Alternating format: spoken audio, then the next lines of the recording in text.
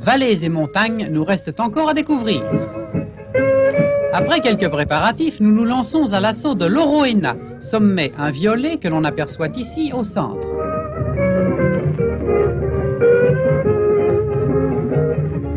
À 1000 mètres d'altitude, au cours de la première journée, nous nous trouvons à la base de la mer de nuages. Si la végétation est ici épaisse au point d'en devenir bientôt fort gênante, nous ne risquons aucune rencontre insolite. Point d'animaux sauvages en Polynésie.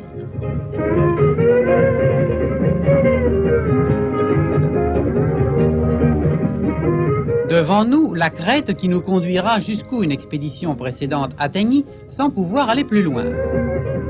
Mais peu accoutumés à l'humidité ambiante, à la boue, et de plus lourdement et incommodément chargés, nos porteurs fatiguent considérablement.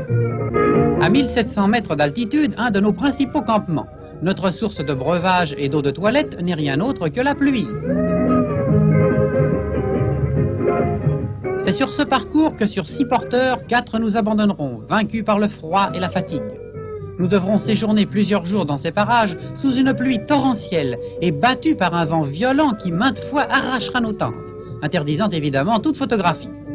Enfin, par un matin plus clément, la pluie cesse pour la première fois depuis 13 jours, ce qui nous permet d'apercevoir la presqu'île, distante à vol d'oiseau de 30 km.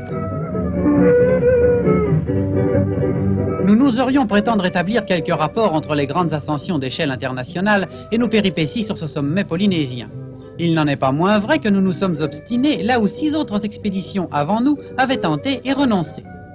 À la brusque déclimatisation s'ajoutait la mauvaise qualité d'un terrain friable que le brouillard rendait parfois semblable à un fond sous-marin. Et cette perspective de mer lointaine brisait notre courage. Sur ces crêtes excessivement étroites, repérer une surface où élever les tentes nous posait un problème toujours redouté.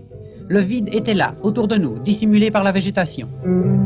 Il nous fallait maintenant franchir l'obstacle où nos prédécesseurs s'étaient arrêtés. Une crevasse aux parois verticales et friables. Vous allez voir sur la prochaine scène, en haut et à gauche, un bloc qui s'en détache. Brouillard de nuages, humidité ambiante, froid pénétrant, pluie intermittente, coup de vent nous obligeant à abattre notre tente. Visibilité souvent réduite à 15 mètres et, à quelques centimètres de nos pieds, 1000 mètres de vide à la verticale.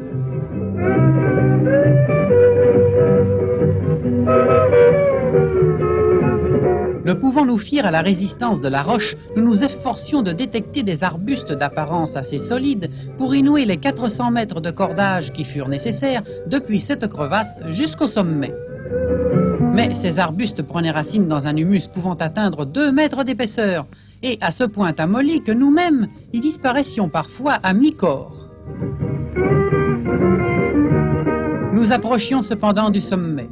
8 heures remplies de manœuvres et de craintes, 8 heures à sentir un crachin glacial nous pénétrer jusqu'aux os furent nécessaires pour fixer cette dernière rampe de corde.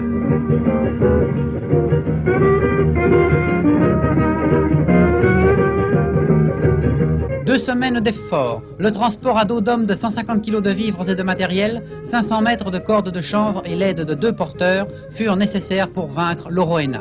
Et avec lui la tempête qui, soudainement éloignée, nous cède la place sur un sommet lumineux. Nous n'osions en croire nos yeux. De ce belvédère de l'Océanie, le spectacle était indescriptible. Mais déjà, les nuages se reformant, il nous fallait envisager le retour, non sans avoir authentifié notre victoire des insignes de fortune dont nous disposions et qui furent aperçus le lendemain à la longue vue des observateurs postés sur la côte. Cette fois, atteint à ses 2241 mètres, l'Oroena s'était laissé vaincre. Cependant, le lieu restait peu hospitalier.